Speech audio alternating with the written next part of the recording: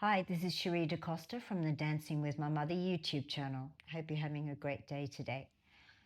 So I wanted to talk about enabling versus helping and maybe what that distinction actually is. And I have my husband to thank for that because we were talking about it yesterday and he said something that made so much sense to me. Maybe it won't to you, but to me it did. But before we get into that, if you like what I do, I would love you to like this video. That would be really helpful to me because the more you like what I do, the more reach I get. And that is important so that I can perhaps help a couple of other people. And that's all I want to do is just slowly get the word out there. Because there's an awful lot, isn't there, from psychologists and psychoanalysts, and thank God for that. Thank God for that. But there's not much from a parent of someone, of a young person who had troubles. And that's where I'm coming from, and that's where I want to help you. So you don't feel alone, because I know it's a very lonesome journey, right? So if you like what I do, please like and subscribe and all that good stuff, because it actually means something. Okay, so I was talking to my husband yesterday about the difference between enabling and helping. And he said, and I agree 100% with this, he said that helping is when the person that you're assisting, whether that be through your time, your money, or all of the above, is also fully invested in helping themselves, fully invested in putting in the time, giving 100% and more to the cause of doing better, whether that's their business, whether that's overcoming addiction, whether it's scaling a mountain, I don't know, but just helping them to help themselves because they want to be helped. Enabling is when you're pushing the proverbial, up a hill, and that person doesn't really want to be helped.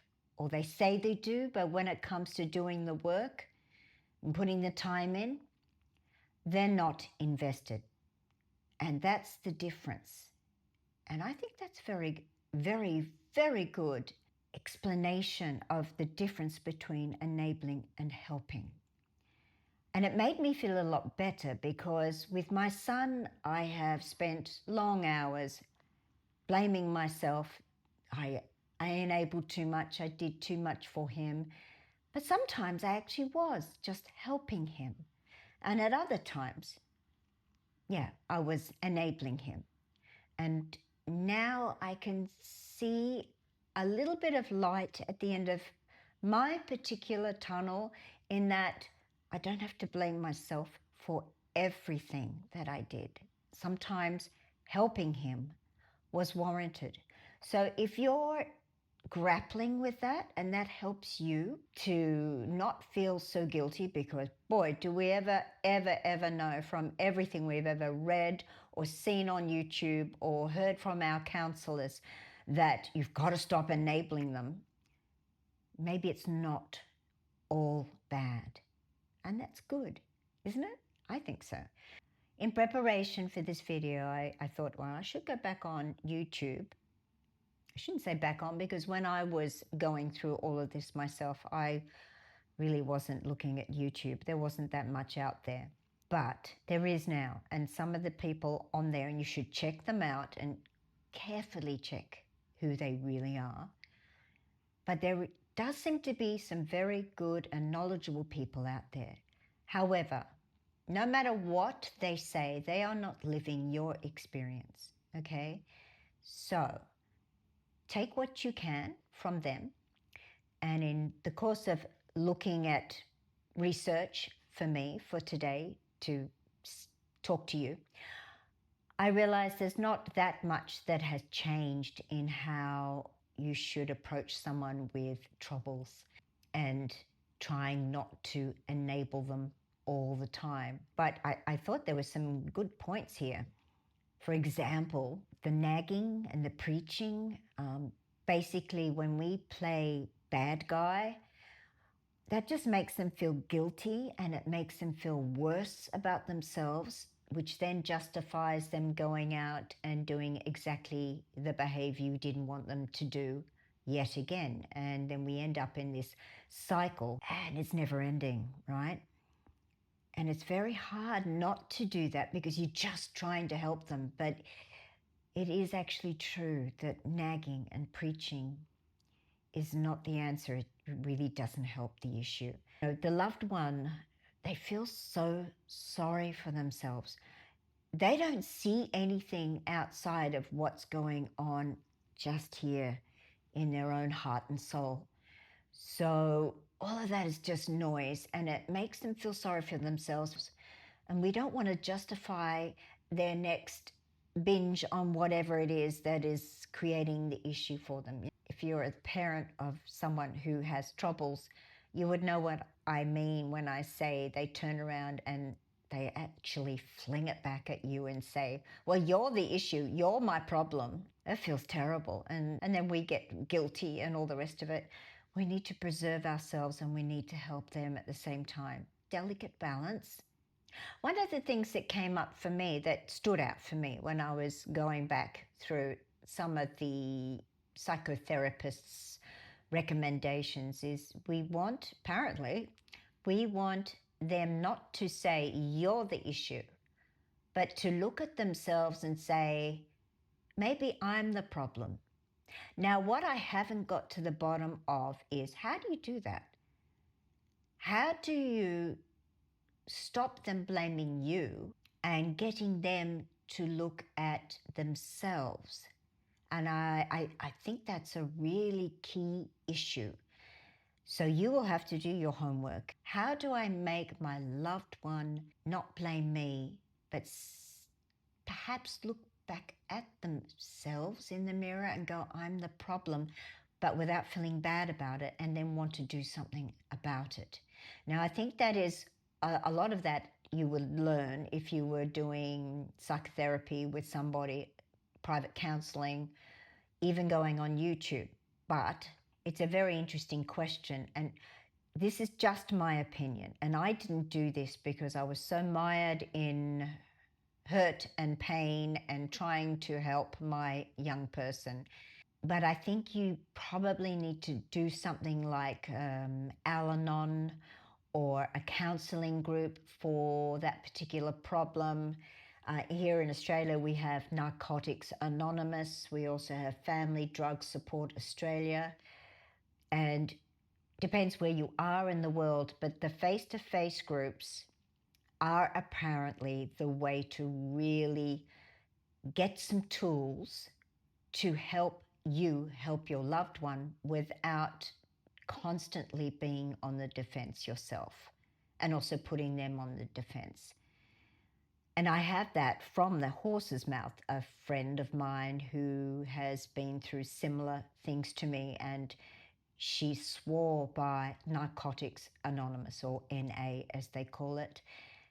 And she said, you learn so much. And she found herself going religiously twice a week to meetings because it was so useful. And you had a face-to-face community to talk to have that face-to-face time with people who have very similar issues to you. Nothing's better than face-to-face, being in the same room as other people who feel your pain as if it were their own, because it is. Anyway, just food for thought. None of this is coming from an expert, remember. This is just a mum. And I wish I had done that. And that's why I brought it up, because I wish I had done that. I think I was too embarrassed. Also, by the way, when the worst of my son's problems were really going nuts, that was during COVID. So I couldn't do face-to-face. And, so we all know what COVID was like. It was so isolating, as if we're not isolated enough, right? I also found this, which I thought was great. They don't see their troubles, their abuse, as a problem. They see it as a solution. Isn't that good? Well, it's not good because it's pertaining to someone you love. But they don't see their abuse as a problem. They see it as a solution. Boy, That really got me thinking. I wish I had read that, heard that many years ago. They also don't worry about the consequences. They feel better and there's no room for them to think of consequences. And we know what those consequences are, right? There's the come down, whether it's because they overate or they drank too much or they took drugs. There's always going to be, well, let's just say what goes up must come down. And boy, when they come down, sometimes they come down with a right royal thud. No fun at all. There's also guilt because they did it again. They know they shouldn't be doing it and they feel horrible about themselves. And they already felt really bad about themselves. So they've just added another pile of poo onto the very large pile that already exists. You know what I'm saying? There's a lack of sleep. Again, depending on what they were doing, but quite often there's a lack of sleep. We all are horrible, I think, under lack of sleep. I can't think clearly if I don't get enough sleep. Can you imagine what their little brains are going through? And I don't think about any of these things. There's also the depression for using or doing whatever the behavior was that has made them feel so bad. And then they look to fix that problem by doing it all over again. And they don't care about the consequences. They just want to feel better now. And I know exactly what this is like. I'm not talking through my, you know what, saying these things. I've lived it as a mum. I saw it. Didn't matter what I did, it felt like at the time. I think in instances like that, all you can do is try and preserve the relationship. And I think that's very important. I heard that time and again from counselors. By the way, don't ask for advice from family and friends, please. Please, they mean well. They really, really do. And remember that. Go to an expert or go to meetings. Don't take the advice of family and friends. For example, actually, let me just tell you about something. A friend who, in his opinion, if you had a son or a daughter who was showing destructive behaviors towards themselves, and possibly because of those destructive behaviors towards others, you should just cut them out. You should just throw them out on the street. Okay, so this was from a friend who meant well, but this friend didn't have kids. This friend wasn't living my life or my son's life. This friend didn't know what my son had been through or what HPPD was. And I won't go into that now because this video is not about HPPD. If you want to see videos about that, I'll post a link in the show notes. But this is the kind of thing people say because they don't understand. They don't understand. It's not as simple as that, right? Yeah. So be careful. And be careful that you yourself do not run on fumes. And I know I did. You've got to look after yourself because no one else is going to do it. So increase your self-care when you can. If that means grabbing a nap, if that means going for a walk with the dog. And the thing is, what's really hard, what I used to find hard was that I would freeze. If there was a big blow up of some kind, I would absolutely freeze. I remember very distinctly times when I would sit down in our study and I'd sink to the floor and I just couldn't move.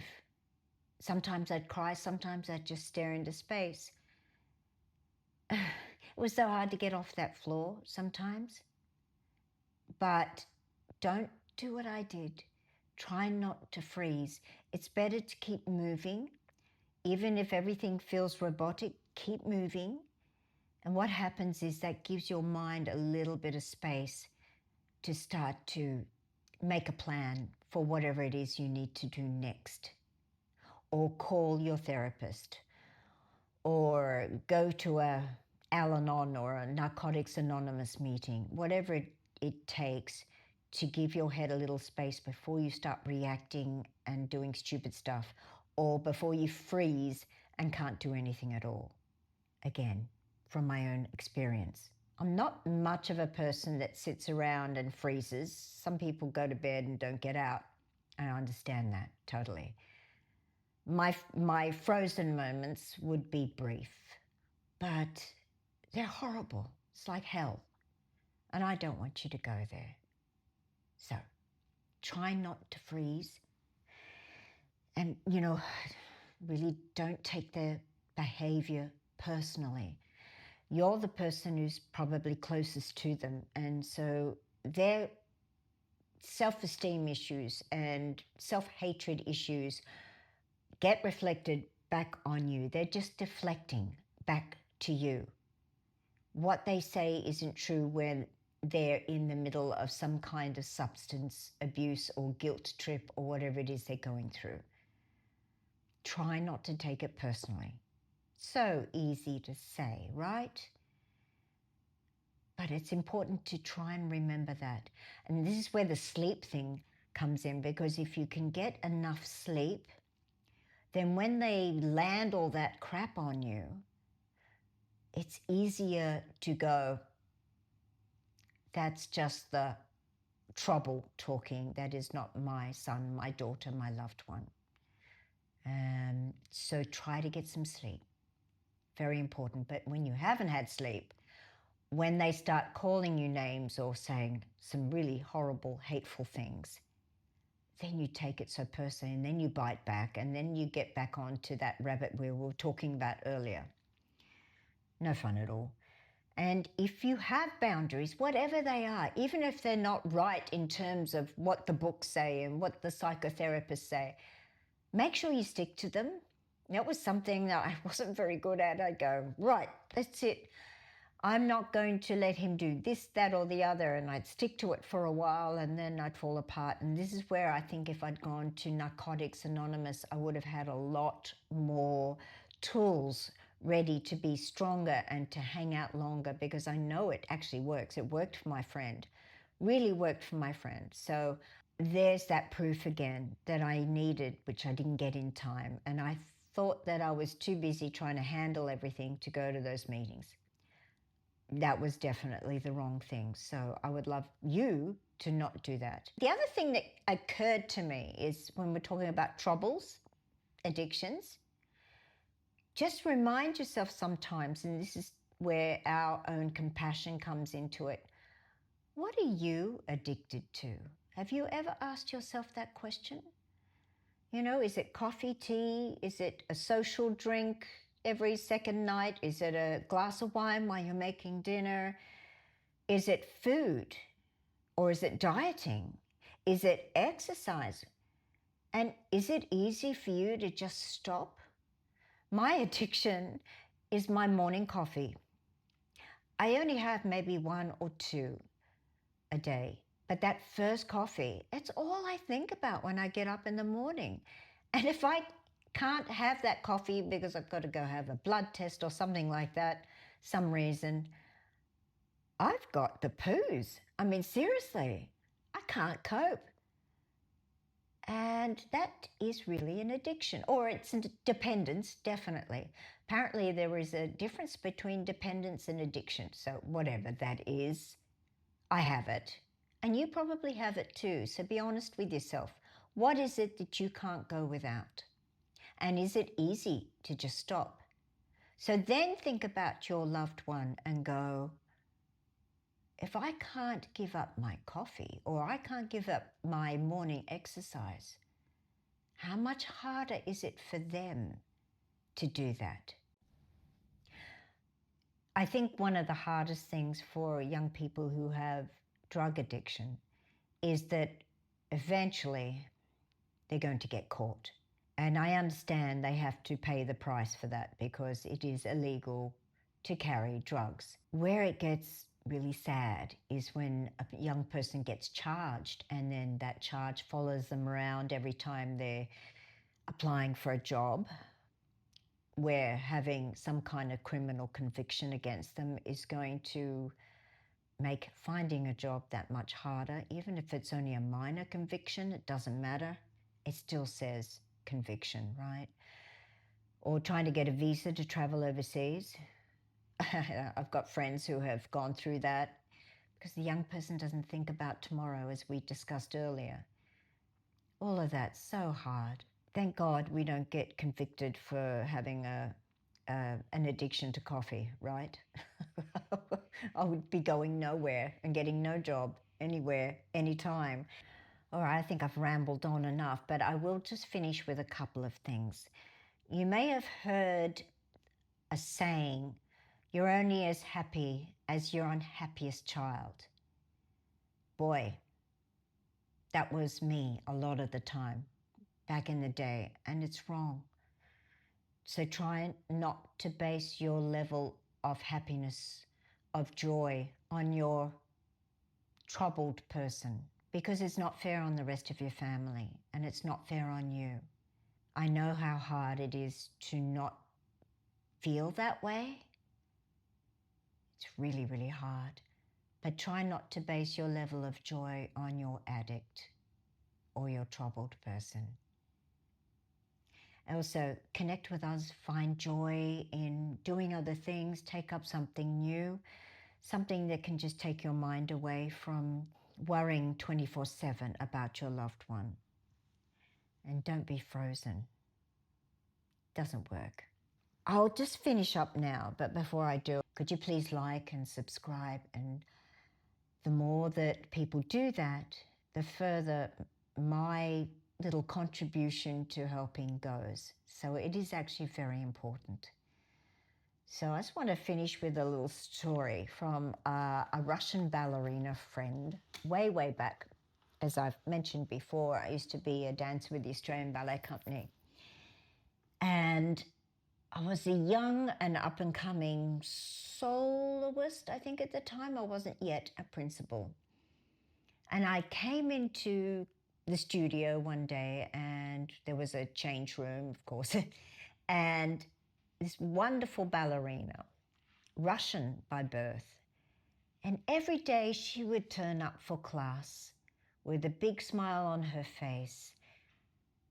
And you never saw her complain, ever. She always had the best positive attitude you could possibly want. And I said to her one day while we were getting ready for our morning class, and I felt like death warmed up. Just one of those mornings I got out of bed and I went, oh, I'd love to have a day off. Maybe I'll just do half a class and then go make myself a coffee or whatever. And I said to her, how do you do it? And she said, when she was learning in Russia, she trained at the Bolshoi Ballet, which is supreme ballet company, one of the supreme ballet companies in the world. She said another ballerina said to her, don't think, just do. Now, she said this long before Nike made their slogan of just do it, but it's basically the same thing. Don't think, just do. So when it comes to being frozen, as I have talked about, don't think about being frozen. Don't think about all the things you need to do. Just get up off the floor and do it. Just do it. That has helped me still to this day with everything that I do that I don't really want to do. Not necessarily because I'm frozen about something, but I'm just putting something off because I don't feel like vacuuming. I don't feel like doing the shopping, whatever. We all have those moments. And then I go, no, just don't think, just do. It's so bloody simple, right? But it works because it's quick, it's easy, it's a little mental kick up the butt. So if that helps, then go ahead and use it because it's come down from Russia to me in Australia, now out to you. Don't think, just do. And on that note, I will say goodbye for now. Have a great day.